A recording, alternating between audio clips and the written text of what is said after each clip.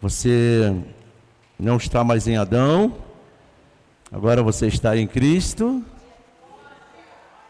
Como foi dito aqui, faz parte de uma nova raça. Quando estávamos em Adão, éramos alma vivente. Olha que diferença. A partir do momento que entramos em Cristo, quando recebemos como Salvador, agora não mais alma vivente, mas espírito vivificante. Amém? Porque nasceu da água e do Espírito. Aleluia. Esse é você agora. Então, a partir de Cristo surge uma nova raça, a raça dos filhos de Deus. Aleluia. Que nasceram da água e do Espírito. Aleluia. Bom, então nós estamos estudando as epístolas paulinas. Por que epístolas paulinas? Porque foram escritas pelo apóstolo Paulo, inspirado por Deus, é claro. E nós estamos, então, nos deliciando nas doutrinas da igreja, a igreja do nosso tempo, a igreja da Nova Aliança, a igreja do Novo Testamento, vive com base nas doutrinas dos apóstolos. Amém? É como a igreja de Atos vivia, na doutrina dos apóstolos. Então, é para a nossa prática, é para a gente viver no nosso dia a dia, a partir de Cristo, a partir do momento em que nos tornamos novas criaturas, a partir do momento em que nascemos da água e do Espírito, a partir do momento que nos tornamos Espírito vivificante, porque nascemos do Espírito da vida em Cristo Jesus. Isso é um privilégio para nós. Isso é um privilégio para nós. Então, que você possa prestar bastante atenção, porque essa é a sua realidade em Jesus Cristo. Amém? Glória a Deus. E tudo que a gente tem visto aqui, a partir de janeiro, você vai se surpreender, porque você vai ver com riqueza de detalhes, vai receber revelação no seu coração, pela palavra do Espírito Santo, de tudo que nós temos tratado superficialmente aqui, nesse período de preparação para os nossos estudos a partir de janeiro. Amém? Então que você possa viver uma expectativa grande, porque o que vai acontecer na sua vida é coisa grande. Amém? Glória a Deus. Aleluia.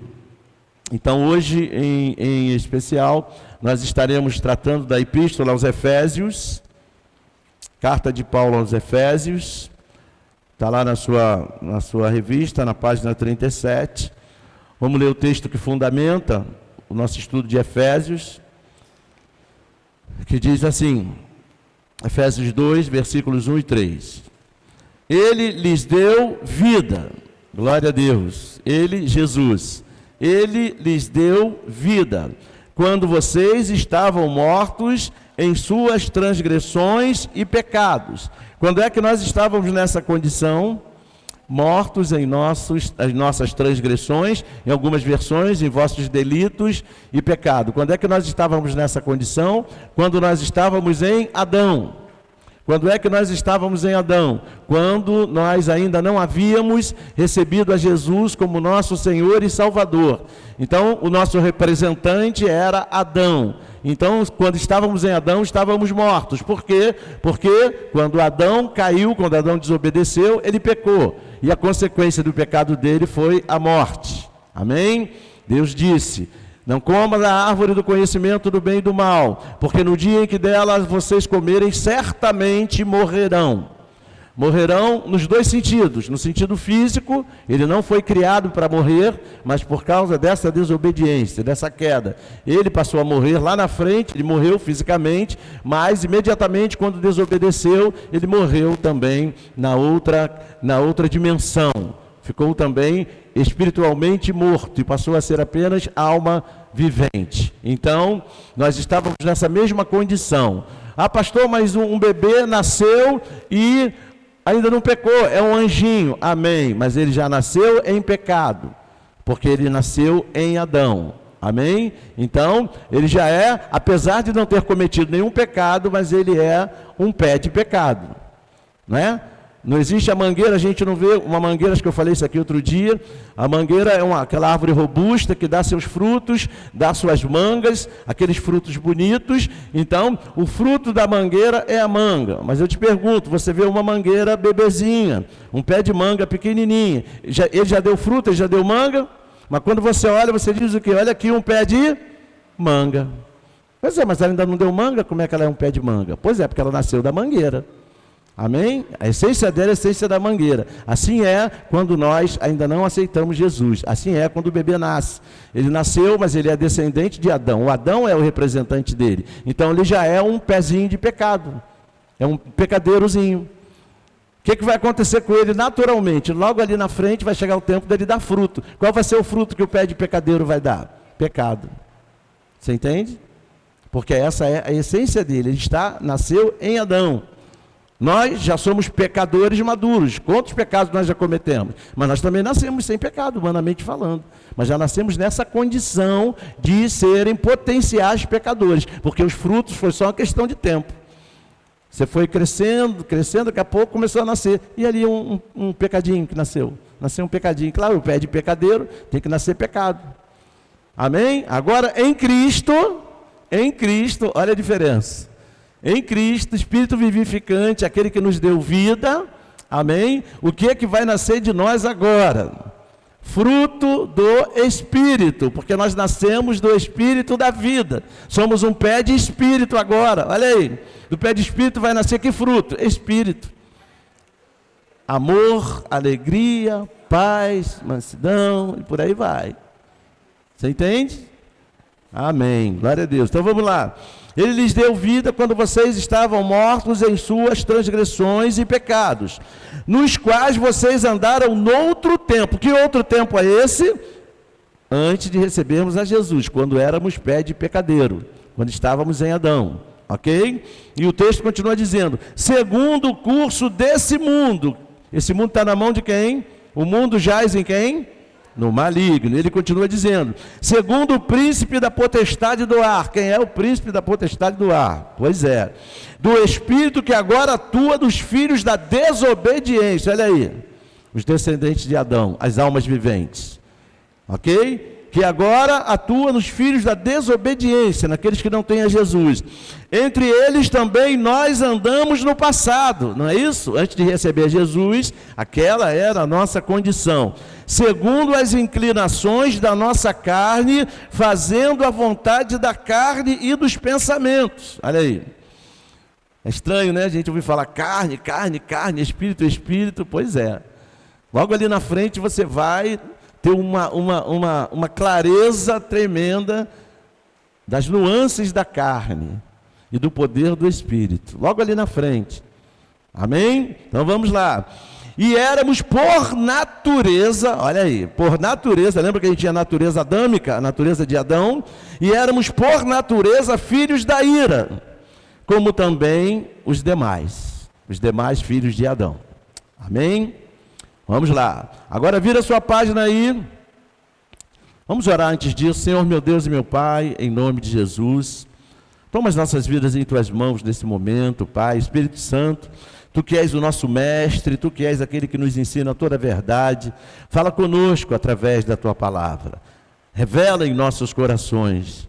É isso que nós te pedimos nesta manhã e já te agradecemos em nome de Jesus. Amém. O texto para você guardar na tua mente e no teu coração. Vou te explicar um negócio legal. Você faz parte de uma nação de vencedores, o povo de Deus, os filhos de Deus. Então você precisa guardar no seu coração alguns versículos bíblicos que são fundamentais para você declarar em todo o tempo da sua vida. Porque essa é a sua real condição. Então, quando a gente não declara, a gente acaba deixando cair no esquecimento e acabamos perdendo a nossa identidade espiritual. Acabamos nos esquecendo de quem nós somos. E ao invés de vivermos como vencedores, passamos a viver como derrotados. Porque não sabe a sua condição. Então, quanto mais a gente grava alguns versículos, por isso que nessa revista aqui tem uma parte aqui que diz, para gravar na mente e no coração. São aqueles versículos que você precisa pensar nele, falar nele, de vez em quando no seu dia. Entendeu? Porque isso vai abençoar muito a sua vida e vai ratificar no mundo espiritual qual é a sua realidade nesse contexto. Porque você não é qualquer um. Você é um filho de Deus, como eu disse, nascido da água e do Espírito e faz parte de uma raça de vencedores. Os filhos de Deus. Amém? Então isso precisa estar claro no seu coração, para que você possa viver essa realidade. Porque é como se você fosse herdeiro do trono da Inglaterra, quando Elizabeth faleceu, e está lá o palácio de Buckingham à sua disposição, e você não sabe que aquilo é seu e que você é o herdeiro do trono. Aí você vive em Londres, passa para lá, passa para cá, passa em frente ao palácio, os guardas não deixam você entrar, e o palácio é seu, só que você não sabe, você vai viver fora do palácio e fora do trono, porque ele é seu, mas você não tem esse conhecimento, você não sabe disso. A partir do momento que alguém chega para você, olha aqui, ó, você é herdeiro de Elizabeth, o trono é seu, o Reino Unido é seu, vai lá e assume a sua posição.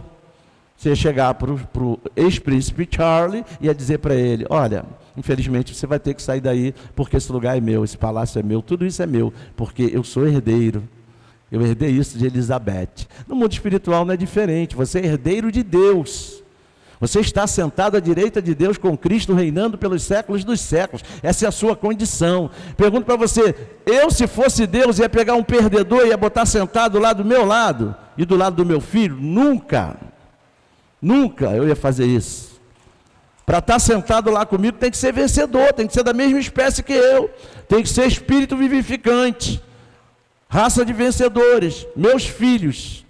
E essa não é a nossa condição? Não somos co-herdeiros com Cristo? Não somos filhos de Deus? Não somos herdeiros do reino?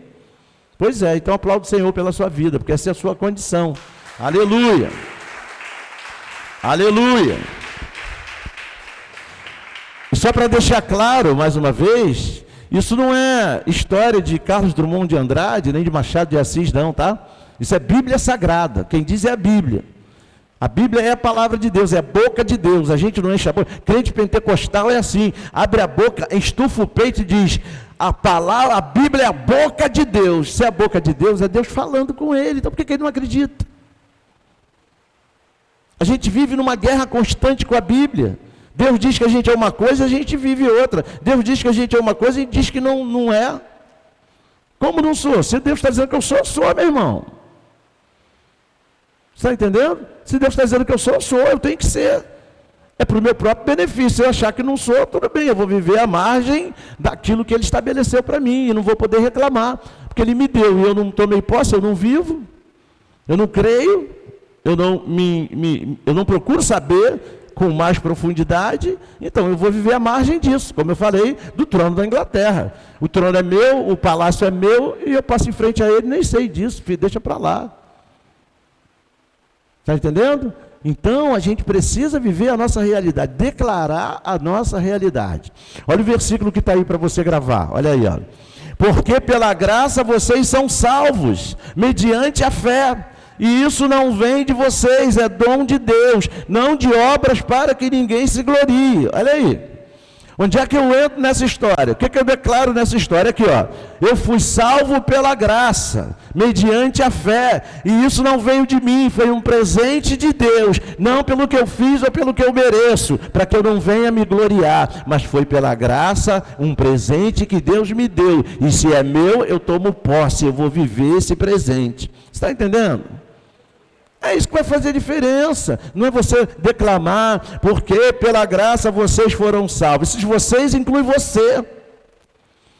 Aí eu acho que isso aqui é para os outros, ou acho que é para quem eu nem sei quem são, é para um povo de outro planeta, para um povo de Marte, não é, é para você. Então você tem que se incluir aí, essa é a minha condição. Você fez alguma coisa para ser salvo? Só creu e recebeu a salvação. Mas isso não é só para salvação, isso é para tudo que diz respeito a Deus. Você tem que crer e receber. Está entendendo? Eu fico olhando, às vezes, isso é muito comum no meio pentecostal, no nosso meio, no pentecostalismo mais tradicional. Alguns crentes, eu não gosto de falar dos outros, da igreja dos outros, mas tem coisa para a gente entender, a gente tem que falar. Tem crente que fica 50 anos buscando o batismo no Espírito Santo. 50 anos buscando, jejuando, se esforçando, tentando melhorar, fazendo isso e aquilo. 50 anos e não consegue ser batizado no Espírito Santo. Por que será? Porque ele está se esforçando para fazer uma coisa que ele não precisava se esforçar e nem fazer. Era só crer e se apossar. É só crer e receber. Mas parece que é tão fácil que a pessoa diz, não pode ser assim. Então, continua, 50 anos buscando, jejuando, se esforçando, se santificando, e está arriscado partir dessa terra e não ser revestido do poder do Espírito. Tem o Espírito dentro dele, mas não é revestido do poder do Espírito. Você entende? Então não tem que ficar 50 anos buscando, tem que crer e receber. Ouvir a palavra que fala a respeito, compreender e receber, é isso. E fazer o que a palavra diz que tem que fazer. Acabou. Está entendendo? Então, a Bíblia precisa ser observada, contemplada, porque quando a gente observa e contempla, a ficha vai caindo, o Espírito vai revelando. Agora, se a gente lê assim, só de passagem, vou ler a Bíblia toda, mas só de passagem, você vai perder o melhor de Deus, vai ficar um monte de coisa que Deus queria revelar para você no seu coração, e você vai ficar correndo atrás dos outros. O que Deus manda me dizer para mim? Vai ouvir um monte de coisa que não tem nada a ver com Deus, que Deus não está falando. Deus quer falar direto com você pela palavra, no teu coração. Está entendendo? Mas você tem que abrir o coração e pedir, Senhor, abre o meu entendimento. O Espírito Santo está aí para isso. Jesus falou, quando eu for para o céu, eu vou enviar um outro Consolador. Que Consolador é esse? O Espírito Santo. Quando ele diz outro, ele está dizendo um igual a mim, da mesma essência que eu. Ele vos ensinará todas as coisas. Está falando de revelação da palavra, do teu coração, te guiando pela palavra, te orientando. A Bíblia diz que aqueles que são guiados, os verdadeiros filhos de Deus, são guiados pelo Espírito de Deus. E nós somos os verdadeiros filhos de Deus, porque nascemos da água e do Espírito. Então deixa Ele te orientar, deixa Ele te guiar. Você não depende dos outros, você depende dEle. Está entendendo? Você tem que receber essa revelação no seu coração e depender dele. Espírito Santo, ratifica isso no meu coração, esclarece isso cada vez mais no meu coração, porque eu quero viver essa realidade na minha vida. Não for assim, você vai viver de ilusão. Vai viver de ilusão, vai viver fora da sua realidade, vai viver, em vez de viver de glória em glória, vai viver de derrota em derrota.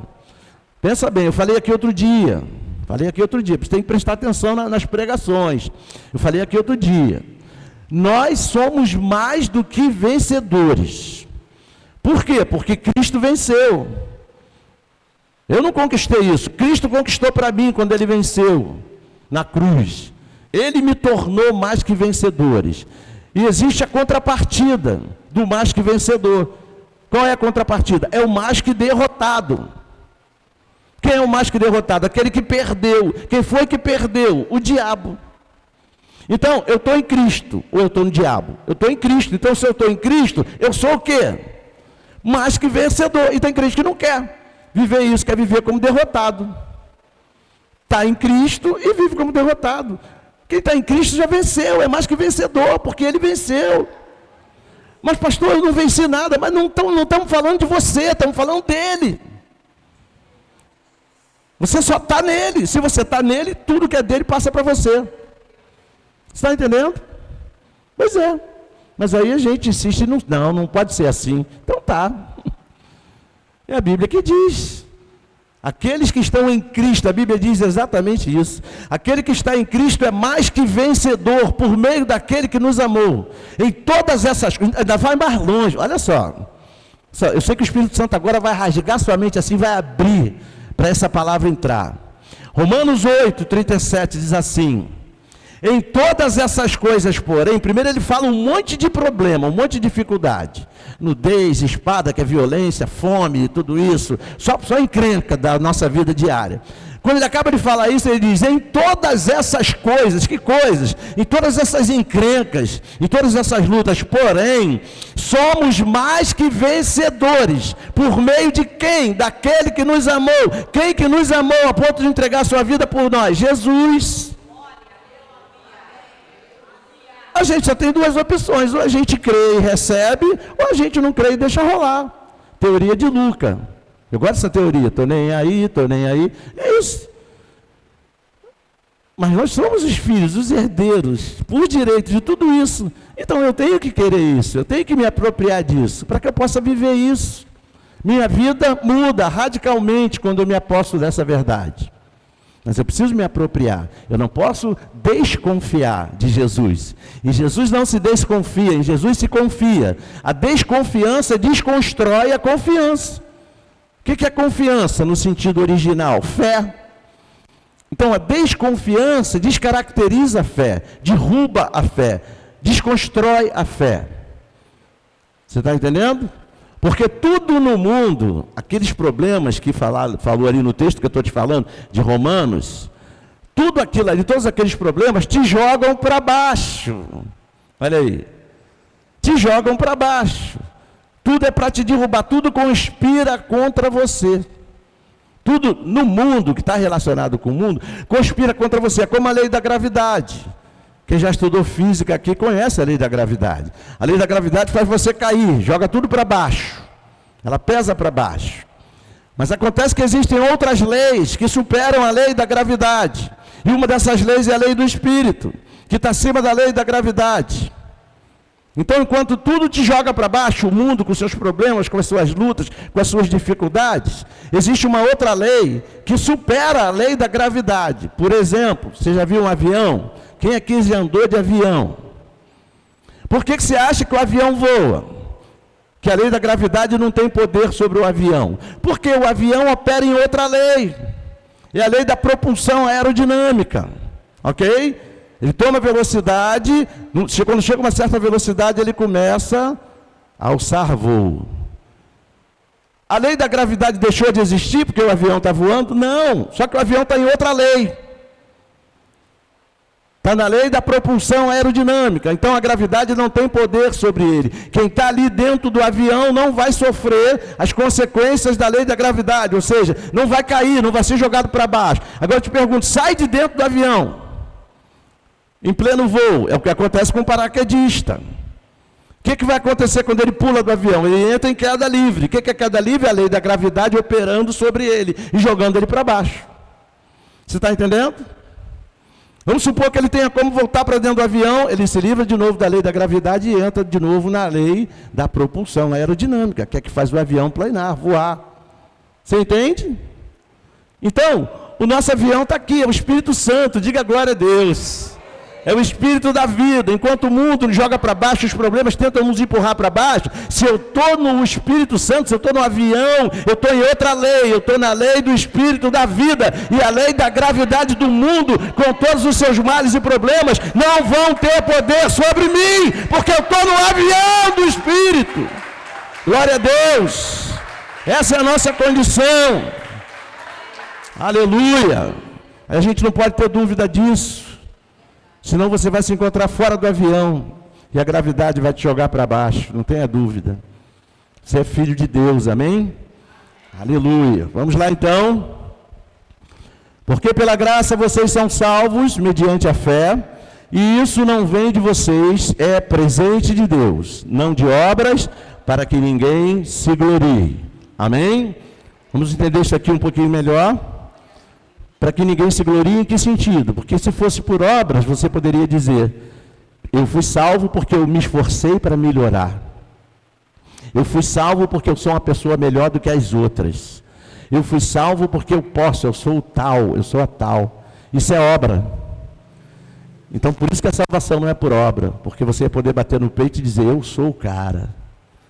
Eu me salvei. Mas não é assim, é pela fé. E pela graça.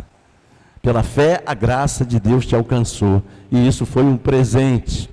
Quando você não merecia nada, quando você estava, quem sabe, no pior momento da sua vida, Ele te alcançou e te salvou. Ele não olhou para os seus defeitos, para as suas falhas, Ele simplesmente te amou e te alcançou. E quando você creu, essa salvação chegou na sua vida. Pela graça vocês são salvos, e isso não veio de vocês, foi um dom, ou seja, um presente. Um dom é um presente de Deus, presente de Deus para você. O que a gente faz com presente? A gente compra presente? Compra. Se você comprou, não é presente, você adquiriu. Presente você ganha e recebe. Amém? Isso vale para todas as coisas de Deus. Ele te dá, você só recebe e usufrui. Aleluia. E tem mais. Eu não sei se você ouviu esse velho ditado. Só os mais jurássicos vão se lembrar desse velho ditado. Deixa eu ver quem aqui pode lembrar. E tem um monte de jurássico aqui que nem eu. Vamos lá. Então eles vão lembrar. Presente não se dá para ninguém quando a gente ganha. É nosso. Eu me lembro quando eu era criança pequena, lá em Barbacena. Quando eu ganhava as coisas, eu ia dar para um primo. Não, isso aí você ganhou, foi um presente. Presente não se dá. Quer dar alguma coisa para ele, compra e dá para ele. Mas o seu é seu, você ganhou, é presente. Sabe o que Deus está falando com isso para você? Que tudo que Ele te deu é teu. Tudo que Ele te deu é para você usufruir, para você viver, para você ser feliz, porque esse é o desejo de Deus, que você seja assim. Está entendendo? É isso que Ele quer para você. Mas é estranho, Deus dando isso para a gente, querendo que a gente viva assim, a gente às vezes, sei lá, ignora, deixa passar, esquece. Por isso que a gente tem que falar tudo que Deus fala da gente, ouvir tudo que Deus fala da gente, que é para a gente poder viver o que Ele quer que a gente viva, porque a vontade dEle para nós é boa, perfeita e agradável. Diga glória a Deus. O resultado disso é vida abundante, é vida plena, é alegria, paz. Está entendendo? É prosperidade, é tudo. Tudo que Ele conquistou para nós daquela cruz, está tudo no pacote da salvação. Aleluia, creia nisso. Vamos lá então, quantos leram os textos da semana? Aumentou um pouquinho, vamos lá então.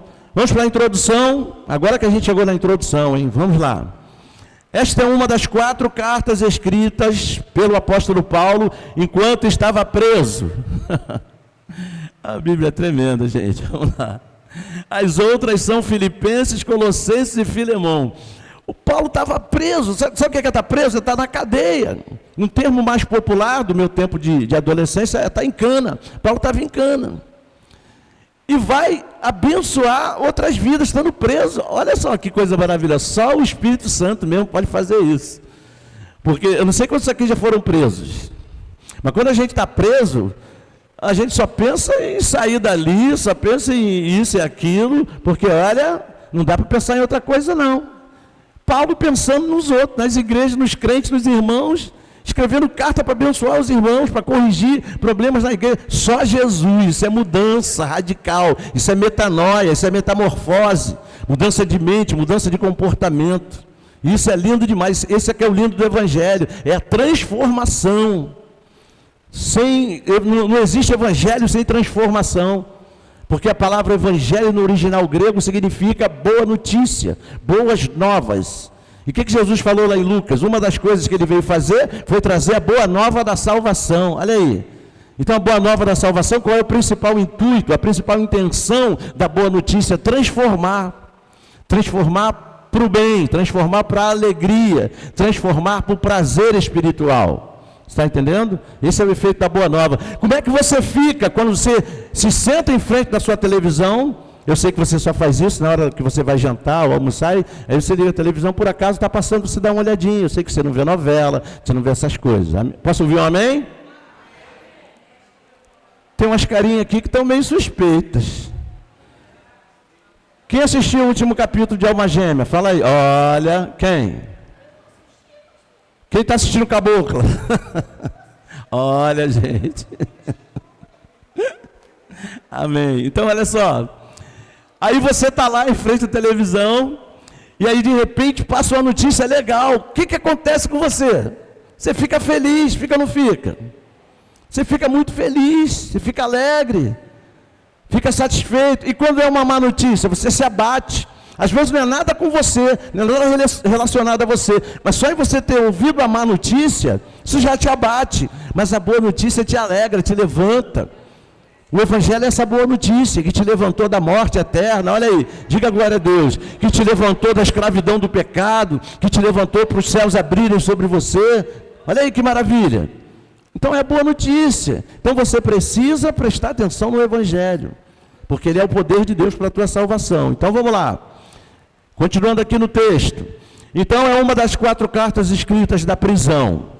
Não só a Éfeso, não só a carta aos Efésios, mas também aos Filipenses, Colossenses e Filemão. Quando Paulo escreve, ele estava preso em Roma, na sua primeira prisão em Roma. Então vamos lá.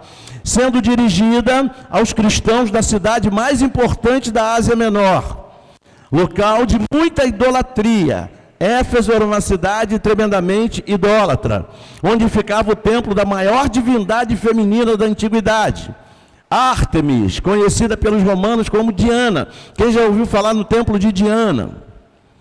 Sendo aquela obra considerada como sendo uma das 7 maravilhas do mundo antigo, para você ver a imponência do templo de Diana. Teve até uma vez que um grupo de compositores aqui do Rio de Janeiro, de uma escola de samba, fizeram um samba enredo homenageando Diana e o seu templo. Inclusive, na época, foi o maior sucesso aqui no Rio de Janeiro. Nem sabiam, as pessoas que estavam cantando nem sabiam do que estavam falando. Adorando Diana sem saber. Você está entendendo? Olha o perigo que a gente corre. Por isso que a Bíblia diz: e conhecereis a verdade, e a verdade vos libertará. Quando a gente conhece a verdade, o engano da mentira tem que passar longe. Porque quando passa pertinho, a gente já sabe, aquilo não é verdade, aquilo não é para mim. Por isso que a gente tem que conhecer a verdade. O que é a verdade? A palavra de Deus. Então, esse templo ficava lá em Éfeso. Agora você veja. Era um dos templos mais frequentados daquela época, por ser uma das 7 maravilhas do mundo e pela importância que Diana ou Ártemis tinha para o mundo pagão. Vamos lá. Vale ressaltar que na época de Paulo, Éfeso chegou a ser a segunda cidade mais populosa do mundo ocidental, com cerca de 300 mil habitantes. Isso para a gente hoje não é nada, porque o nosso município de Belford Roxo tem mais de 300 mil habitantes. Então, Éfeso era mais ou menos do tamanho de Belford Roxo. Então, vamos lá. O que fez, considerando a limitação dos transportes urbanos, com que ali houvesse várias igrejas. Então, Paulo aproveita o tamanho da cidade de Éfeso e planta várias igrejas ali. Abre várias igrejas ali. Olha o trabalho missionário de Paulo. Vamos lá. Considerando a limitação dos transportes urbanos, com que ali houvesse várias igrejas, tanto na própria Éfeso como nas cidades circunvizinhas, o que pode explicar o fato de haver naquela religião vários bispos. Que era o bispo naquela época? Eram os pastores que eram colocados nas igrejas. Então Paulo colocou vários pastores nas igrejas que ele abriu naquela região da Ásia Menor. Vamos lá. E diz o texto de Atos 20, 17 a 28, de Mileto, Paulo enviou uma mensagem a Éfeso, pedindo aos presbíteros da igreja que se encontrassem com ele. Cuidem de vocês mesmos e de todo o rebanho no qual o Espírito Santo os colocou como bispos, para pastorearem a igreja de Deus, a qual ele comprou com seu próprio sangue. Diga aleluia. O louvor que estava tocando ali na hora do ofertório falava desse sangue. Pois é, foi com esse sangue, o sangue do Cordeiro, que nós fomos comprados. A igreja somos nós. Jesus comprou a igreja com o seu próprio sangue. Diga glória a Deus. Por que ele comprou a igreja com o seu próprio sangue? Porque o sangue era o preço pelos nossos pecados. Amém? Vamos lá. Ainda que não tivesse plantado ali nenhuma igreja, quando ele chegou, já existiam discípulos na cidade. Diz o texto de Atos 19, que Paulo, tendo passado pelas regiões mais altas, chegou a Éfeso, encontrando ali alguns discípulos. Então, quando Paulo planta igrejas em Éfeso, já havia alguns crentes ali. O que isso quer dizer? Que alguém passou ali antes dele. Olha que legal, olha como é a obra de Deus. Alguém passou ali antes dele. Existia só Paulo fazendo a obra, pregando o evangelho, fazendo obra missionária? Não. Tinha Barnabé, tinha o próprio Marcos, o evangelista, que escreveu o Evangelho de Marcos, e tinha alguns outros fazendo a obra. Tito já andava por lá, Timóteo já era enviado para vários lugares, Epafrodito, Filemão, tantos outros. Está entendendo? Priscila e Áquila, todos eles já andavam por lá evangelizando. Olha aí que legal. Então, quando Paulo chega em Éfeso para abrir igreja, alguém já tinha evangelizado lá e já tinha alguns crentes, só não tinha igreja. Aliás, a igreja era nas casas, não era templo, tá? Fique bem claro isso. Templo, como a gente conhece, igreja assim, foi só a partir do 3º século, quando o imperador Constantino, aliás, nem ele, a esposa dele, começa a construir templos, amém? Para os cristãos, porque naquela época não tinha templo, as igrejas se reuniam nas casas, eram grupos de vida, amém? Até o 3º século. Só que eles já eram chamados de igreja, porque a igreja não é o prédio, a igreja são as pessoas. Amém? Quantos estão entendendo, digam amém. Então, se existe um grupo de vida na sua casa com 10, 15 pessoas, é a igreja que está lá. Amém? Aqui é o templo, o local onde a gente se reúne para adorar. Em Jerusalém tinha um templo, mas o templo era de quem? Dos judeus. Amém? Então, eles faziam as coisas lá do jeito deles. A partir da cristandade, a história foi outra. Eles iam se reunir nas casas. Vamos lá. Continuando aqui, por que Jesus foi no templo? Ia no templo porque ele era judeu. Amém? Vamos lá. Paulo fez isso. Não, voltando aqui para essa parte aqui. A igreja de Éfeso era mais conhecida por Paulo, tendo morado naquela cidade por 3 anos. Ou seja, Paulo morou em Éfeso por 3 anos. Ministrou nessa igreja de Éfeso e algumas outras naquela região por 3 anos. Ocasião em que levantou líderes e disseminou dali o cristianismo por quase toda aquela região. Atos 19:10 diz assim: Paulo fez isso durante 2 anos, de modo que todos os habitantes da província da Ásia ouviram a palavra do Senhor, tanto judeus como gregos. Através de quem? De Paulo. E de alguns outros que passaram antes dele e durante o tempo que ele esteve lá também. É claro, ele não trabalhava sozinho. Mas veja a visão evangelística de Paulo, que Deus colocou no coração dele. De pensar que esse abençoado era perseguidor da igreja. Prendia crente para condenar e matar. Inclusive consentiu na morte de Estevão, o diácono Estevão, o primeiro mártir da história do cristianismo, depois de Jesus, né? Então, você perceba a importância do trabalho de Paulo depois que se converteu. Deus é tremendo. Aí, às vezes, a gente não entende. Naquela época, gente, estava fazendo um parênteses aqui rapidinho. Naquela época, deixa eu beber uma água aqui, que a voz está um pouco embargada.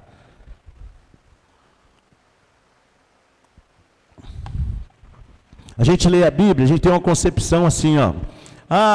Saulo de Tarso era o cara que perseguia a igreja, que prendia os crentes para matar, que levava para Jerusalém para serem condenadas e mortas.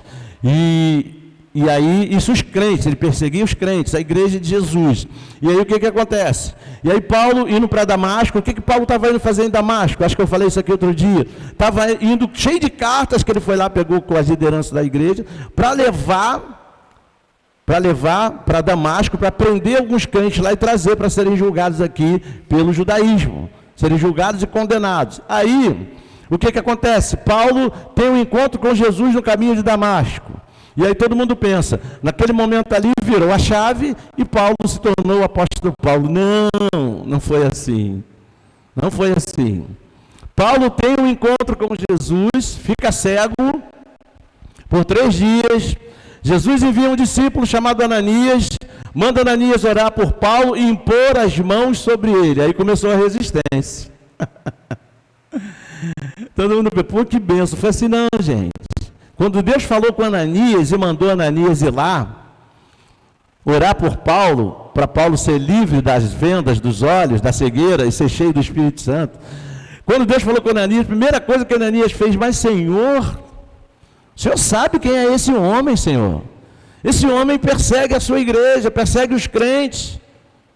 Detalhe, Jesus falou com Ananias, pelo Espírito, tá? Era Jesus falando com ele. Esse homem é o que persegue os crentes. O Senhor sabe melhor do que eu o que ele estava indo fazer em Damasco. Ele estava indo prender crente, para levar para Jerusalém, para ser condenado, para matarem ele. O Senhor quer que eu vá lá e ore por ele?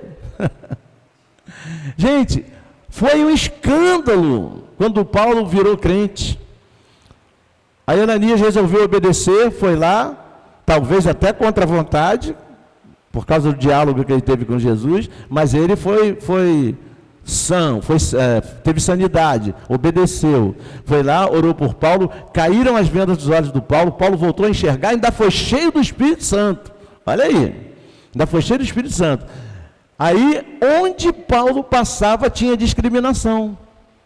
Aí Paulo ficou ali um tempo, sendo evangelizado, aprendendo, sendo discipulado, aliás, ficou ali um tempo, depois foi para outro lugar, ficou mais 3 anos lá, sendo discipulado, aprendendo, mas mesmo assim, onde ele ia, ainda era discriminado, porque todo mundo sabia que ele tinha sido. É igual acontece com a gente às vezes, né? Aquela pessoa, tipo assim, um ex-estripador, tipo Jack, um homem da serra elétrica, tantos outros aí vão e se converte. Imagina, chega para você um homem da serra elétrica, dizendo, paz, irmão. O que você vai pensar? Ele está doido. Vou sair voado daqui. Se ele vê uma serra aqui, ele vai partir para dentro de mim. A mesma coisa acontecia com Paulo. Quando Paulo chegava em algum lugar, que isso? Que é esse homem aí? Tanto que isso 3 anos depois, ele vai para Jerusalém, passa lá 14 dias com a liderança da igreja, com Tiago, irmão de Jesus, e Pedro. Então, quando ele chega lá em Jerusalém, começou a burburinho, começou o tumulto. Olha quem chegou aí, o tal do Paulo. Que prendia crente, que torturava crente, que é muita cara de pau. O que ele vem fazer aqui? Esse cara...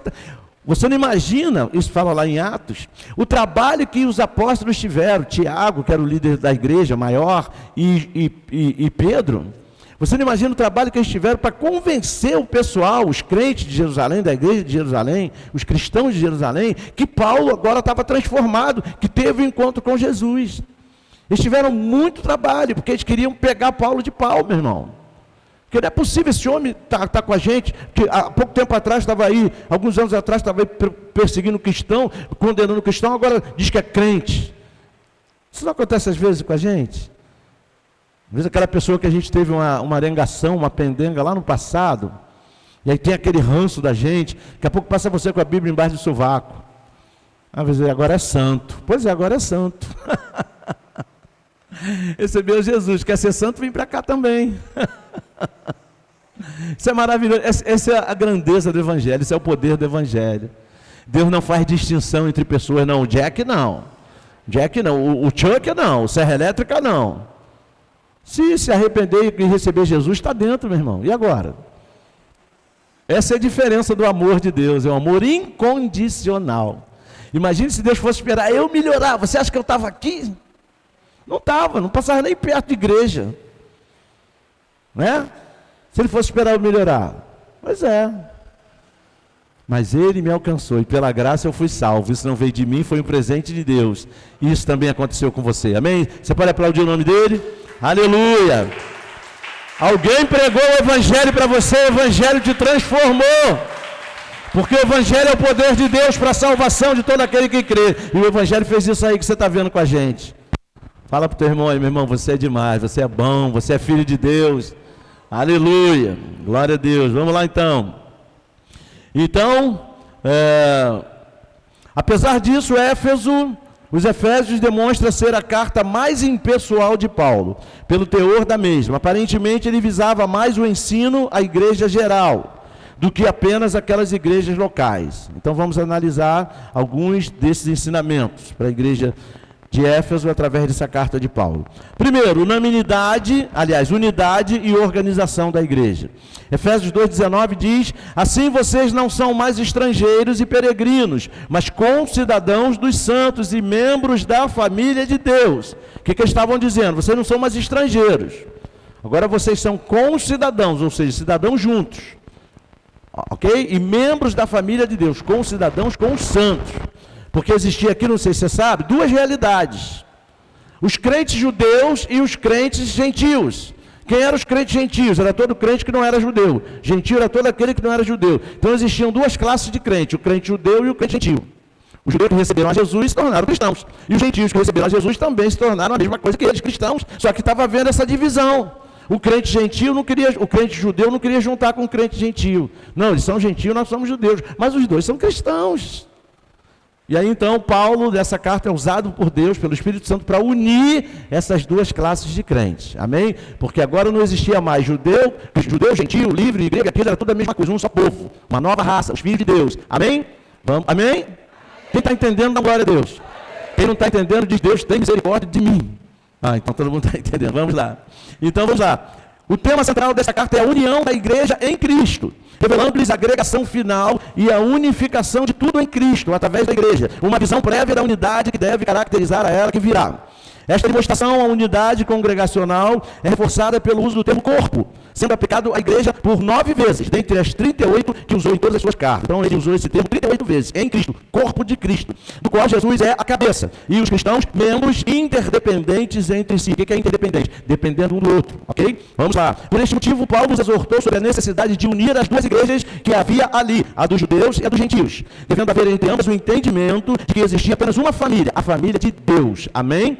Então não importa se é grego, se é judeu, se é cita, se é bárbaro, se é gentio, todos são um só corpo no Senhor, uma só igreja. Inclusive na carta aos Efésios ele diz, um só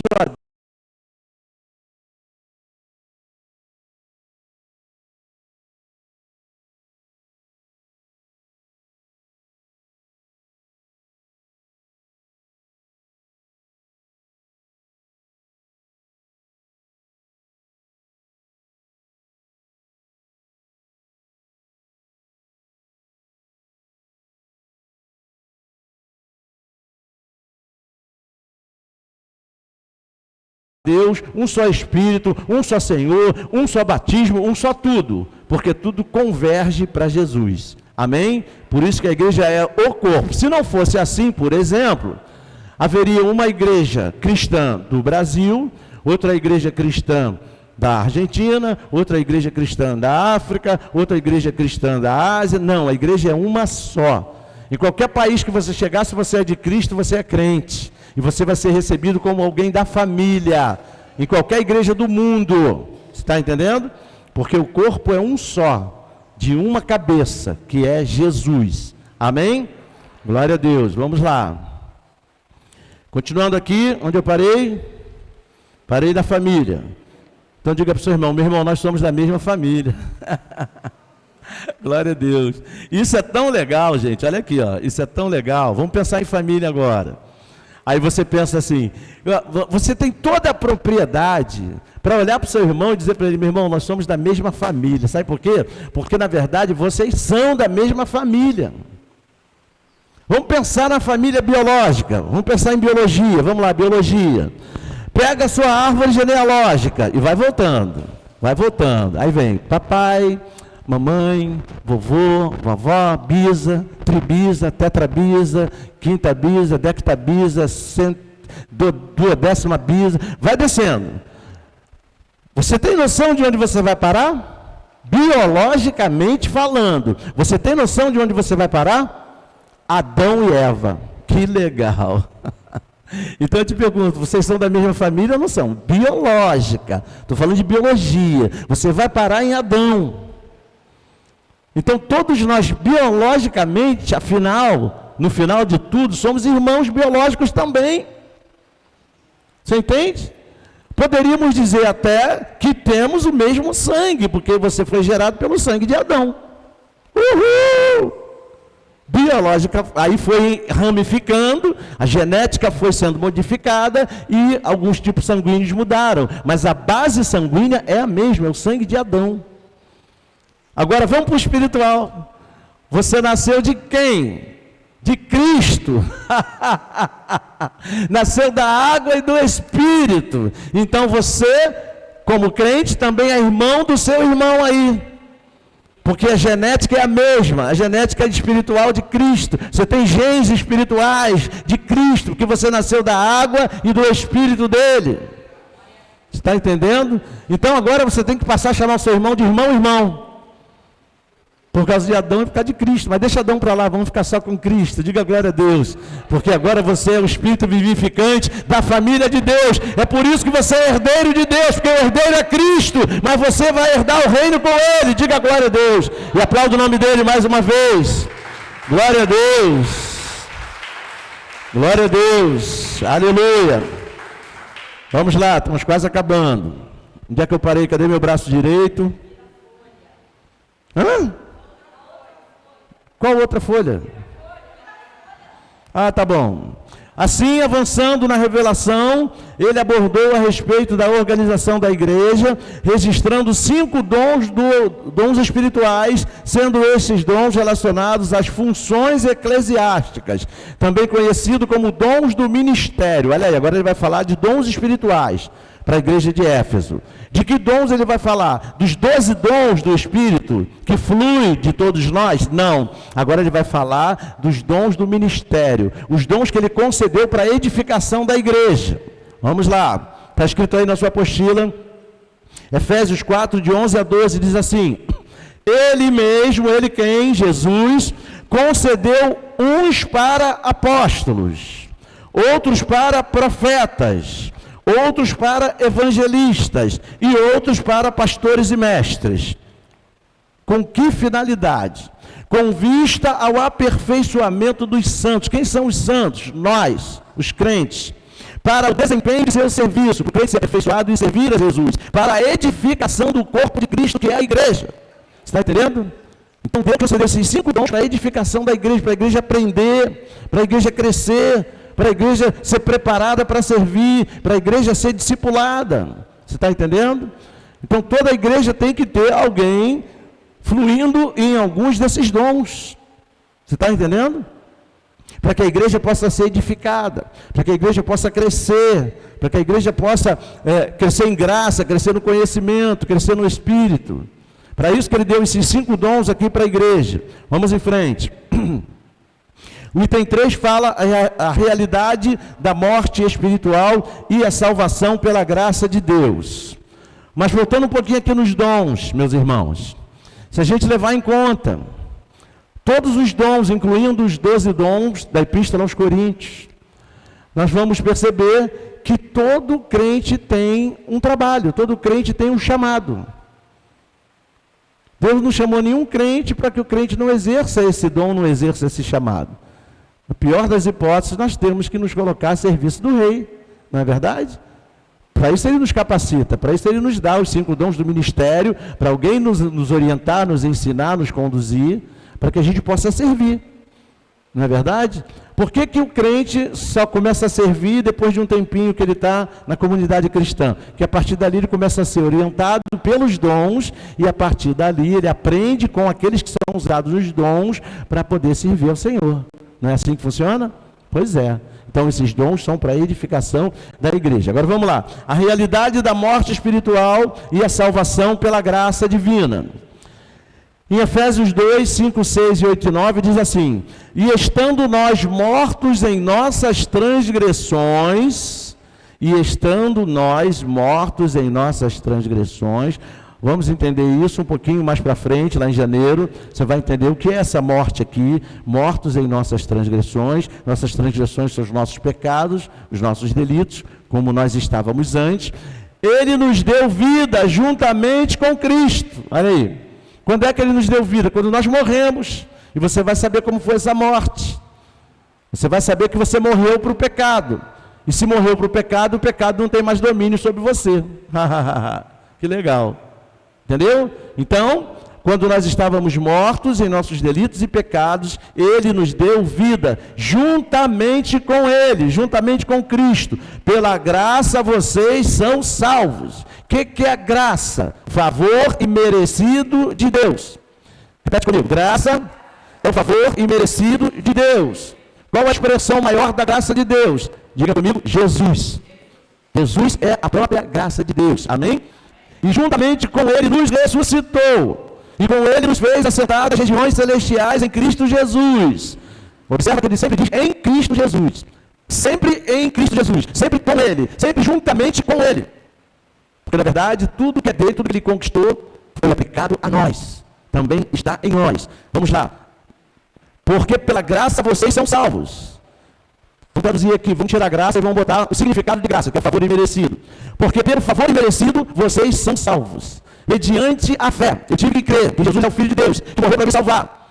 Eu tive que crer nisso. Foi mediante a essa crença que eu fui salvo pela graça. E isso não veio de vocês, ou seja, não é algo que veio de mim. Não veio de mim em que sentido? Não veio do meu esforço próprio. É um dom de Deus, e que é dom é presente. Então é um presente de Deus. Não de obras. O que é obra? Aquilo que eu faço, eu deixo de fazer. meu esforço próprio, a minha justiça pessoal, a minha justiça própria. Então, não foi por isso, para que ninguém se glorie. Está entendendo? Que coisa maravilhosa. Então nós precisamos morrer para o pecado, para a partir daí podermos então renascer com Ele, ressuscitar com Cristo. Então morremos com Ele para o pecado, estamos vivos com Ele para a eternidade. Amém? Ressuscitamos com Ele e vivemos com Ele para a eternidade. E hoje já não somos nós quem vivemos, mas Ele é quem vive em nós. Então se eu morri para o pecado, não existe mais condenação sobre a minha vida. Diga comigo, não existe mais condenação sobre a minha vida. Romanos 8, verso 1. Agora, pois, não há nenhuma condenação para os que estão em Cristo Jesus, porque o Espírito, a lei do Espírito da vida em Cristo Jesus nos libertou da lei do pecado e da morte. Está entendendo? Nos libertou da lei do pecado. Qual é a lei do pecado e da morte? A lei da velha aliança. A lei dos que estavam em Adão. Essa é a lei do pecado e da morte. Porque qual era a finalidade da lei? Trazer à tona o pecado. E qual era a força da lei? O próprio pecado. O pecado é que dava força para a lei. Foi pela lei que todos entenderam o quão pecadores eles eram. Então a lei veio para condenar. Mas a lei do Espírito veio para justificar, para absorver, para tornar sem culpa. Por isso que nós vivemos na lei do Espírito da vida em Cristo Jesus. Quando nós morremos com Ele, a dívida acabou. A dívida com o pecado acabou. Morto paga a dívida para alguém? Pois é. Morto não deve mais nada, ninguém morreu, acabou. Pelo menos antigamente era assim. E na maioria dos lugares continua sendo. Hoje tem alguns inventando aí uma lei de que a pessoa morre e os parentes vão pagar dívidas. Você está entendendo? Mas morreu, acabou. Não deve mais. Você está lá na sua casa, reunido com o seu grupo de crentes. Chegou alguém, invadiu a sua casa, um bandido, infringiu a lei daquele lugar onde você vive, daquele país ou daquela cidade e foi se refugiar lá onde vocês estão. E aí quando essa pessoa entra lá dentro da casa onde vocês estão, essa pessoa tem um ataque do coração e morre. Aí vocês pegam essa pessoa, botam lá dentro do caixão e botam em cima da mesa. Aí a polícia daquele lugar entra lá correndo, cadê ele? Já vimos ele entrar aqui. Aí você, ele está ali. Ali. Pode levar ele preso. O que a polícia vai fazer? Vai voltar e vai embora. Vai levar o defunto para a cadeia. Ele morreu, acabou a dívida, acabou o crime, acabou a pena está cumprida. Está pago. Viu por que você teve que morrer com Jesus? Para os pecados? Para que não houvesse condenação sobre você. Por isso que você pôde ressuscitar com Ele, porque você morreu para o pecado. Quando Ele morreu levando sobre si na cruz os pecados, levou também eu e você naquela cruz. Nós morremos com Ele, quando Ele morreu na cruz. E quando ressuscitamos, ressurgimos com Ele como uma nova criatura, uma nova raça, agora sem pecado. Porque para nós que estamos no Espírito,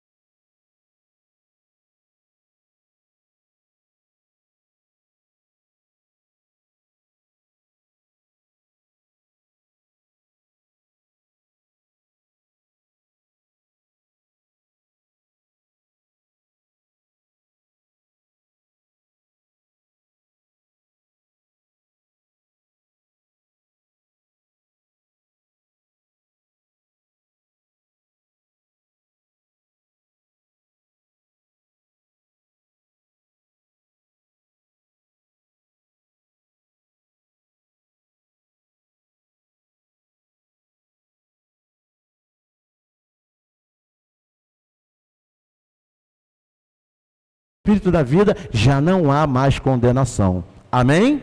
A dívida foi paga. Que isso fique claro. Vamos lá.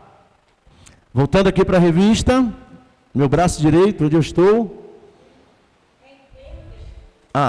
Em termos salvíficos, ou seja, em termos de salvação, apontou-lhes a realidade da morte espiritual do homem, sendo o mesmo completamente incapaz de salvar-se, e do consequente favor divino que lhe é oferecido através da fé em Cristo, que o liberta do domínio do diabo, do mundo e da carne, trazendo-lhe assim a vida. Esta graça, entretanto, é limitada a os que amam sinceramente o nosso Senhor Jesus Cristo. O que isso quer dizer? Que essa graça só alcança quem ama Jesus. Amém? Então, quanto mais nós amamos Jesus, mais a graça é derramada sobre nós. Amém?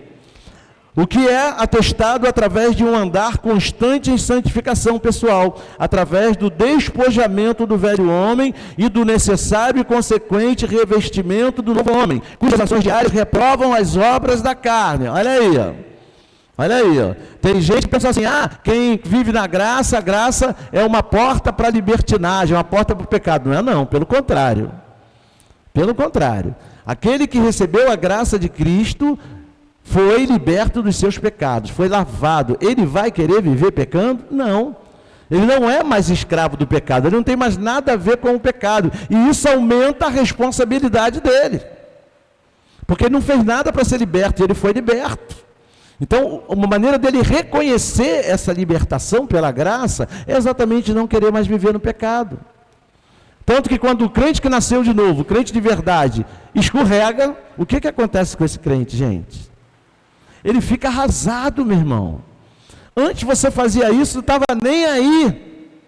Falei isso aqui outro dia também, nem ligava, maltratava os outros, pecava, roubava, matava, odiava e fazia, acontecia. Você não estava nem aí. Depois que você se converteu, depois que Cristo entrou na tua vida, o que acontece?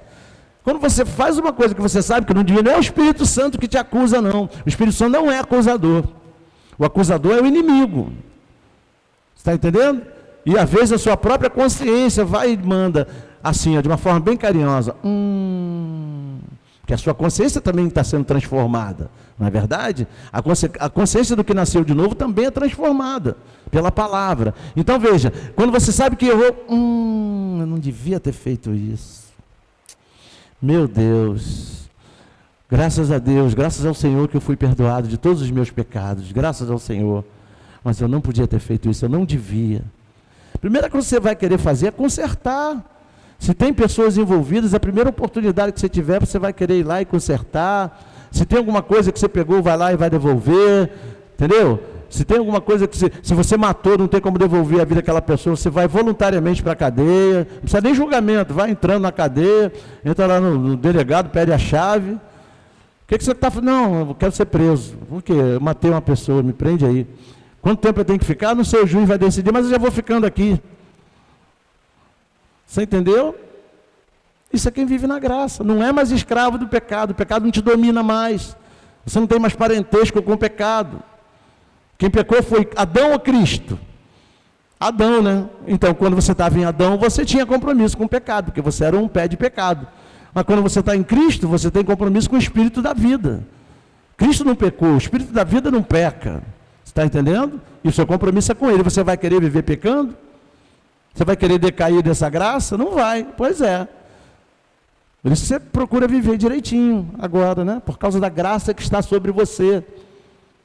Porque você sabe que não há mais condenação sobre você. Você é livre. Você é livre. Pensa comigo, vou te dar um exemplo básico. Mulher pega em flagrante de adultério. O que aconteceu com ela? Os cabras pegaram ela, em flagrante de adultério. Vamos pensar aqui na lógica humana. Para que houvesse um flagrante de adultério, tinha que haver duas pessoas. A mulher e um homem, ok? Eles trouxeram uma mulher e um homem? Trouxeram quem? Só a mulher. Enrolada no lençol, possivelmente. E aí chega lá diante de Jesus, joga ela. E aí, Jesus? A maioria eram fariseus, os guardiões da lei, que eu falei aqui outro dia. Chegaram, jogaram a mulher lá. E aí, mestre? Seguinte, ó, a lei de Moisés diz que quando a mulher pega em flagrante de adultério, tem que apedrejar ela até a morte. Vou colocar mais um parênteses aqui. Provavelmente, quem estava junto com ela no adultério estava ali presente, provavelmente um fariseu, estava ali presente, doido para tacar pedra também, safado sem vergonha. Então, e aí o que acontece? Fala para Jesus, mestre, a lei de Moisés manda apedrejar e matar. Engraçado que a lei sempre mata, né? Sempre traz morte, né? A lei sempre traz condenação. E aí o que acontece? Aí Jesus, que é a própria graça em pessoa, olha para aquelas pessoas e diz assim: quem nunca teve pecado algum, Quem nunca fez nada de errado, pode começar. Taca a pedra, né? Mas taca mesmo, com vontade. Quem nunca teve pecado, quem não pecou. Imagina o sem vergonha que estava com ela ali, jogando a pedrinha no chão, saindo de fininho. Jesus podia dizer, não podia? Eu sei quem foi aquele lá. Você acha que Jesus não sabia quem estava com ela? Claro que sabia. Está entendendo? Então, Jesus só disse assim, ó, não humilhou ninguém, não maltratou ninguém. Quem nunca teve pecado, pode começar. O que aconteceu? Cada um começou a largar sua pedrinha, ó. Perna para quem te quero. Jesus abaixou a cabeça, continuou fazendo o que ele estava fazendo. Daqui a pouco Jesus olha, quem é que está lá? Só a mulher, sozinha, né? O que ela pode ter imaginado? Agora lascou. Agora eu estou de frente com ele, estou de frente com o Senhor, com o Messias. E agora? Agora eu estou ferrado, agora ele vai acabar comigo, vai me condenar, vai me esculachar. Jesus vira para ela, gentilmente. Gente, a gente está falando de uma mulher que foi pega em adultério. Não se tem certeza se ela era prostituta ou se só era uma mulher normal que adulterou. Não se sabe a respeito disso. Mas pode ser que tenha sido uma prostituta, pode ser que ela tenha sido prostituta. Mas pode ser também que não. Só diz que ela foi pega em adultério, mas não diz que ela era prostituta, mas pode ser que tivesse sido. Jesus, independente do que ela fosse, chega para ela e diz, mulher. E eu não sei se você sabe, que esse termo mulher, naquele tempo, era a maneira mais gentil de se chamar uma mulher. Mais respeitosa de se chamar uma mulher. Jesus podia dizer para ela, sua prostituta. Agora é só nós dois. Jesus não chamou ela de prostituta, nem de uma qualquer, disse mulher. Não sei se você lembra, quando Jesus estava lá na cruz, estava lá João com Maria, mãe dele, e Jesus falou, mulher, eis aí o teu filho, falando para Maria. Pode dizer mulher, tinha que dizer mãe, mamãe, eis aí o teu filho, falando de João, ou seja, João agora vai ser o responsável pela senhora. Mas ele não disse Maria, disse mulher. O que ele estava fazendo? Respeitando ao máximo a sua mãe. Lá no túmulo, depois da ressurreição, quando Maria Madalena está lá sentada chorando, depois que o anjo disse, ela pensando que era o jardineiro, Jesus chegou para ela e disse, onde está o corpo dele, onde está escondido? Me leva lá, pensando que Jesus era o jardineiro. Jesus falou para ela, mulher. Aí quando ela olha, viu que era Jesus, pelo tratamento. Então Jesus chega para a mulher, pega em adultério, mulher, com todo respeito. Imagino que ela relaxou, descansou, falou, opa, tem alguma coisa diferente aqui. Aí o que Jesus pergunta para ela? Onde estão os teus acusadores? Ninguém te condenou, porque eles foram ali para quê? Para condenar e matar, para predejar até a morte. Jesus, cadê os teus acusadores? Ninguém te condenou? Imagina ela ainda temerosa. Não.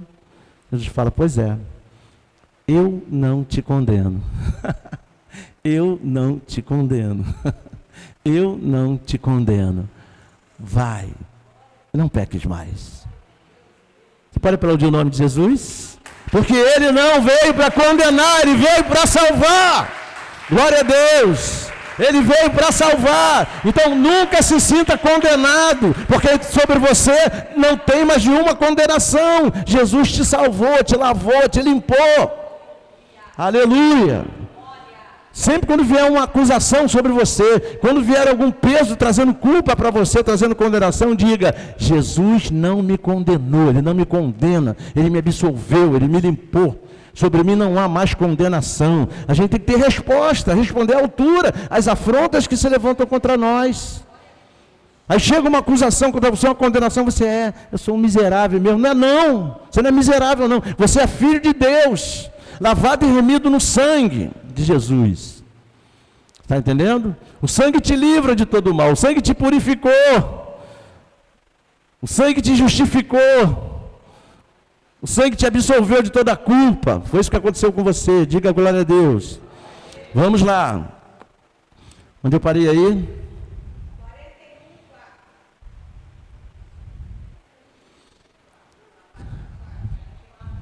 Página 4 já? Ah, tá. Vamos lá. A realidade do mundo espiritual. Página 4, estamos terminando. Paulo também tratou das realidades espirituais, apresentando o cristão assentado ao lado de Cristo nas regiões celestiais. Olha aí. Assim, nesta carta estrutural, ele não apenas abordou a organização da igreja, mas também a organização existente no mundo espiritual satânico, contra o qual os crentes deveriam militar. Efésios 6,12 ele diz: porque a nossa luta não é contra sangue e carne. Olha aí, o que é sangue e carne? Pessoas, seres humanos, é isso que ele está dizendo. A nossa luta não é contra os seres humanos, mas contra os principados e potestades, contra os dominadores desse mundo tenebroso, contra as forças espirituais do mal, nas regiões celestiais, nas regiões espirituais. Essa é a nossa luta. Nossa luta não é contra as pessoas. A gente às vezes se levanta contra pessoas, mas a tua luta não é contra, você está lutando a luta errada. A tua luta é contra os principados e potestades do mal, é contra todas as hostes da maldade demais, não usando as armas carnais, mas usando as armas que Deus nos concede, que está lá na mesma carta aos Efésios, no capítulo 6, a armadura de Deus. As nossas milícias não são carnais, as nossas lutas, milícias são lutas, batalhas, guerras, as nossas guerras não são carnais, elas são espirituais. Então, se você tem lutado contra pessoas, para com isso. Você está indo na contramão do que Deus espera de você. A sua luta é contra o espírito que está por trás dessa pessoa, que está influenciando essa pessoa a te molestar, a te fazer mal, a te odiar, a te desejar mal, a trair você. Você tem que lutar contra os espíritos que estão por trás dessa pessoa. É contra eles que você tem que lutar em oração, com as armas que Deus te dá, usando o capacete da salvação, usando a espada do Espírito, que é a palavra de Deus, calçado os seus pés com o evangelho da paz. A tua luta é contra isso, é contra as hostes do mal, porque quando você derruba as hostes do mal, porque elas já estão derrotadas, quando você coloca elas no lugar dela, tudo volta à normalidade. Aquele que te perseguia não vai mais te perseguir. Aquele que te odiava não vai mais te odiar. Aquele que se levantava contra você não vai se levantar mais. É assim que a gente ganha essa batalha. Enquanto a gente estiver lutando contra carne e sangue, a gente está lutando só na esfera humana. Mas as nossas milícias, ou seja, as nossas lutas não são carnais, não são humanas, são espirituais. Porque tudo provém do espiritual. Tudo que se levanta contra você tem uma força espiritual por trás. Não sei se você sabe disso. Te dar um exemplo rapidinho, como as forças do mal atuam. Ainda tem um tempinho aqui, rapidinho. Você já observou, por exemplo,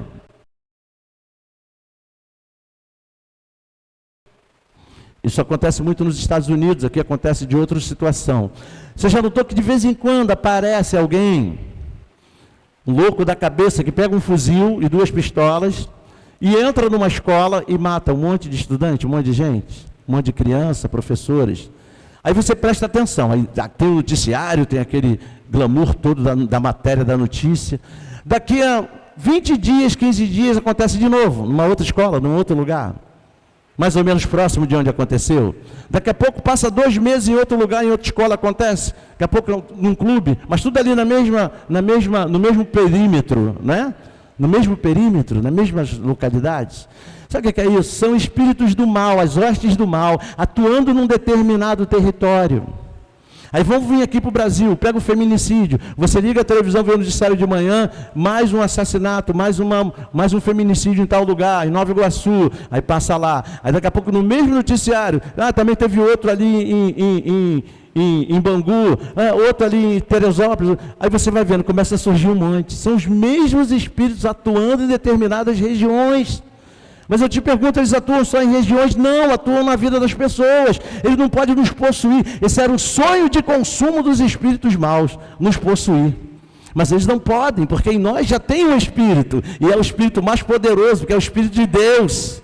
Então, onde o espírito de Deus habita, nenhum espírito maligno pode habitar, mas ele pode influenciar. Ele não precisa entrar em você para te influenciar. É o que a Bíblia chama aqui mesmo, em Efésios, lá no capítulo 6, a partir do versículo 10, é o que a Bíblia chama de dardos inflamados do maligno. O que são dardos? Aquelas setinhas, aquelas flechinhas, que a gente bota num quadro para brincar de tiro ao alvo. Fica assim, tum, tum. Só que os deles são inflamados. O que é inflamados? Incandescentes, com ponta de fogo. E ele vai jogando. O que é isso? Para influenciar. Por que a gente tem que renovar a nossa mente? Porque ele lança esses dardos na nossa mente. E qual é o alvo principal deles? O crente. Por que o alvo principal dele é o crente? Porque quem não é crente já está na mão dele. Só por isso. O mundo jaz no maligno. Jaz significa estar. Estagnou no maligno. Então o maligno tem essa influência direta sobre a sociedade corrompida do mundo. Mas sobre nós ele não tem mais poder. Por isso que ele deseja tanto nos influenciar. Você está entendendo? Porque ele sabe que influenciando ele rouba a nossa fé, ele rouba a nossa comunhão com Cristo, ele rouba a nossa comunhão com os irmãos, e a gente vai viver abaixo da linha da vida abundante que Jesus trouxe para nós. É isso que ele quer. Você está entendendo? Porque o sonho de consumo dele é ser igual a Deus. Você é de quem? Fala, eu sou de Deus. Então o sonho de consumo dele é ter você outra vez, porque um tempo você esteve nas mãos dele, antes de você estar em Cristo. O sonho dele é recuperar você de volta, porque ele sabe que o lugar para onde você vai agora é um lugar maravilhoso, poderoso, lindo, perfumado, sobrenatural e eterno, onde você vai ser feliz para sempre, e ele não vai poder pisar lá nunca mais, e você está lá por toda a eternidade. Diga glória a Deus e aplauda o nome do Senhor. Aleluia. Agora você entende porque que ele te odeia tanto, né? Pois é por isso. Glória a Deus. E ele sabe que o negócio lá é bom porque ele veio de lá. Aleluia. Mas ele não tem mais nenhum domínio sobre você. Então não lute contra carne e sangue, lute contra essas potestades que estão por trás de tudo. Você já entrou em algum lugar que quando você chegou naquele lugar, você sentiu aquele ambiente pesado? Por que você acha que o ambiente estava assim, quando você entrou? Tem alguns lugares que a gente vai, né? Que quando a gente começa a chegar perto, começa a mudar a atmosfera.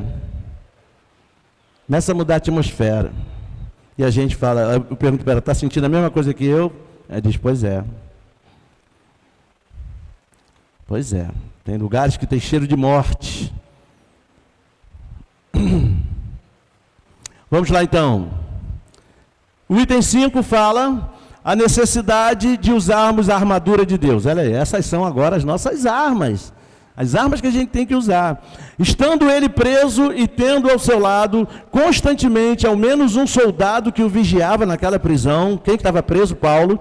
Ele aproveitou a observação daquele traje militar romano para explicar as características de cada cristão, que cada cristão deve mostrar em sua luta espiritual diária, incluindo o dia mau, através do exemplo da armadura de Deus. Então vamos ver, que é para a gente usar no dia mau, contra os principados e potestades. Está escrito aí na sua apostila aí, ó. Esse último texto que está aí, ó. Por isso, peguem toda a armadura de Deus, para que vocês possam resistir o quê? No dia mau. No dia da aflição, no dia da dor, no dia que o inimigo se levanta, no dia que os principados e potestades do ar estão levantando gente para te perturbar. Aí ele diz, para que você possa resistir no dia mau. E depois de quê? Terem vencido o quê? Uma parte? Terem vencido um pedacinho? Não, depois de terem vencido tudo. Diga glória a Deus. Porque quem está em Cristo vence tudo. O mais que o vencedor não vence uma parte, não vence um pedacinho. O mais que o vencedor vence tudo. Porque Jesus faz a obra completa. Aleluia. Ele não te fez meio vencedor, ele te fez mais que vencedor. E ele continua dizendo, e depois de terem vencido tudo, permanecer o quê? Inabaláveis. O que isso quer dizer? Nada vai poder tirar você dessa posição que você ocupa em Cristo. Portanto, fiquem firmes. Fala para você mesmo, eu preciso ficar firme. Cingindo-se com a verdade. O que é a verdade? A palavra, João 17:17, Pai, santifica eles na verdade, a tua palavra é a verdade. Então, cingindo, gente, o que é cingir? Quando alguém te convida para ir a uma festa, seja um casamento ou um aniversário, ou quando você vem para a igreja, ou quando vai trabalhar, você pega uma indumentária, ou seja, uma roupa, e o que você faz? Você se veste. Você se cinge. Na verdade, quando você se veste para sair, você está se cingindo com a roupa. Então ele está dizendo, cingindo-vos com a verdade. O que é isso? Vestindo a verdade. A verdade precisa estar vestida em você. Está entendendo? Para que ela possa produzir o efeito para o qual Deus a manda, a envia. E ele diz: cingindo-vos com a verdade e vestindo a couraça da justiça. Olha aí, o que é a couraça da justiça? Não há condenação sobre mim. Eu sou um justo de Deus. Deus me declarou justo pela justiça de Cristo. Ele pegou a justiça do justo que é Cristo e colocou sobre mim. Olha aí, a couraça da justiça. Então, não aceite condenação. Isso é uma arma que você usa contra o mal. Porque o mal está sempre tentando te acusar. Você já notou? Ah, você não é nada, você não pode nada, você é isso, você é aquilo. A couraça da justiça está em mim. Deus me vestiu com a justiça de Cristo. Aleluia. Você está entendendo? Vamos em frente. Continuando aqui. Parei na couraça da justiça. Tenham os pés calçados com a preparação do evangelho da paz. Que paz é essa? A paz de Jesus Cristo, que excede todo entendimento humano. Essa paz está sobre você, diga alegria. Ela é fruto do Espírito Santo, é resultado da obra do Espírito Santo na sua vida. E é uma arma que Deus te dá. Ninguém pode te roubar essa paz, porque ela é sobrenatural. Segurando sempre o escudo da fé. Olha ela aí. O escudo da fé. Sem fé é impossível agradar a Deus. Eu creio que o meu Redentor vive e que tem se levantado a meu favor, e ninguém vai arrebatar a minha vitória, a vitória que Ele me concede das minhas mãos, porque foi Ele quem me deu. Eis aí o escudo da fé. E Ele continua dizendo: com o qual poderão apagar todos os dardos inflamados do maligno. Lembra dos dardos? Ó, as setinhas, ó, tentando influenciar a sua mente. Eu creio que a minha mente está sendo transformada pela palavra de Deus. Uma metanoia e uma metamorfose acontece todo momento na minha vida. Então não adianta jogar os seus dardos inflamados. Quando você confessa isso, esses dardos inflamados, essa influência que o maligno tenta contra a sua vida, são lançados para longe de você. Diga aleluia. Use também o capacete da salvação. Olha aí, você é filho, você é salvo, você teve seus pecados perdoados, você foi lavado e remido pelo sangue, diga glória a Deus. E a espada do Espírito, que é a palavra de Deus. Essas são as armas que o Senhor te oferece para você vencer tudo. Para você vencer tudo. Ninguém pode te resistir quando você usa essas armas. Quando você usa essa armadura, ninguém pode te resistir. Você vence tudo, porque o dono da armadura já venceu e já entregou essa vitória na tua mão. Amém? Aplauda o nome dele mais uma vez. Aleluia! Aleluia! Aleluia! Concluindo, abordando outros assuntos, como a organização nas relações familiares, quanto ao papel do marido, da esposa, dos filhos, e também no âmbito profissional, no tocante às relações com os patrões, aos servos e senhores, e sobre a necessidade do novo tipo de andar do salvo, sendo tais características por todos observadas. Por isso, diz assim o texto de Efésios 4, por isso, deixando a mentira, que cada um fale a verdade com o seu próximo, porque somos membros do mesmo corpo. Fiquem irados e não pequem. Como pode ser isso? Em janeiro você vai aprender o que é ficar irado e não pecar. Não deixem que o sol se ponha sobre a ira de vocês. Isso é mais para os casais, tá? Nem deem lugar ao diabo. Aquele que roubava não roube mais. Pelo contrário, trabalhe, fazendo com as próprias mãos o que é bom, para que tenha o que repartir com o necessitado. Não saia da boca de vocês nenhuma palavra suja, mas unicamente a que for boa para a edificação, conforme a necessidade. E assim transmita graça aos que ouvem. E não entristeçam o Espírito Santo de Deus. Olha aí, ó. Por que o Espírito Santo pode ser entristecido? Porque é uma pessoa. E pessoas se entristecem, se alegram. Amém? Então a gente não pode entristecer o Espírito Santo. No qual vocês foram selados para o dia da redenção. Quando eu entristeço o Espírito Santo, quando eu ignoro ele na minha vida. Eu ignoro a direção dele. Quando eu não deixo ele me fortalecer, aí eu estou entristecendo ele. Que não haja no meio de vocês qualquer amargura. Olha aí. Você conhece crente amargurado? Eu conheço um monte. Um monte. Então, que não haja no meio de vocês qualquer amargura e indignação. Você conhece crente indignado? Eu conheço um monte. Ira, gritaria e blasfêmia. O que é blasfêmia, gente? É ir ou falar contra as coisas do Espírito, contra as coisas espirituais. Ok? Bem como qualquer maldade, pelo contrário, sejam bondosos e compassivos uns para com os outros, perdoando uns aos outros. Olha aí, ó.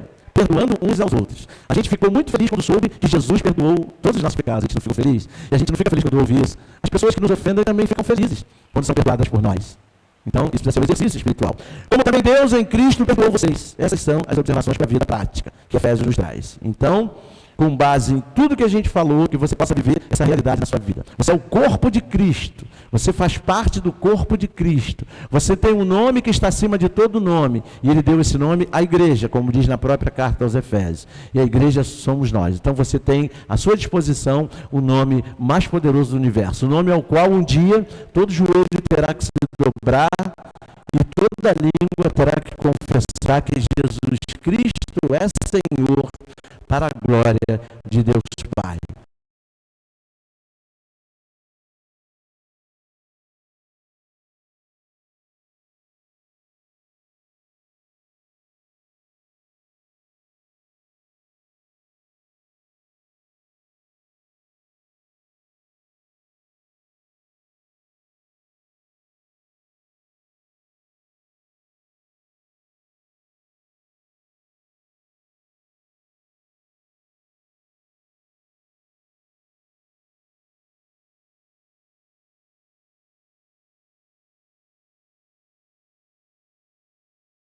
Amém? Então receba a graça do Senhor sobre a sua vida. Aplauda o nome dele, fique de pé, em nome de Jesus. Glória a Deus. Aleluia. Vamos orar. Senhor, meu Deus e meu Pai, em nome de Jesus. Quero te agradecer por essa manhã abençoada na tua casa. Obrigado, Senhor, pelo teu Espírito Santo que nos guiou, que nos conduziu, que nos ensinou. Obrigado pela vida do meu irmão, pela vida da minha irmã. Abençoa, Senhor, não somente eles, mas também as famílias deles, ó Pai, e tudo que está relacionado à vida deles. Muito obrigado. Agora eu te peço que nos leve em paz, guardados pela tua poderosa mão, nos livrando dos males do caminho, e que logo mais nós possamos estar aqui mais uma vez para a honra e para a glória do teu nome. Que a graça salvadora de Jesus Cristo, o grande amor de Deus e a alegria do Espírito Santo estejam sobre ti, não apenas agora, mas por toda a eternidade, e que todos digam amém. O almoço abençoado para você, não coma muito, vá em paz e que Ele te abençoe rica e abundantemente. Aplauda Ele mais uma vez e vá em paz. Até logo mais. Glória a Deus.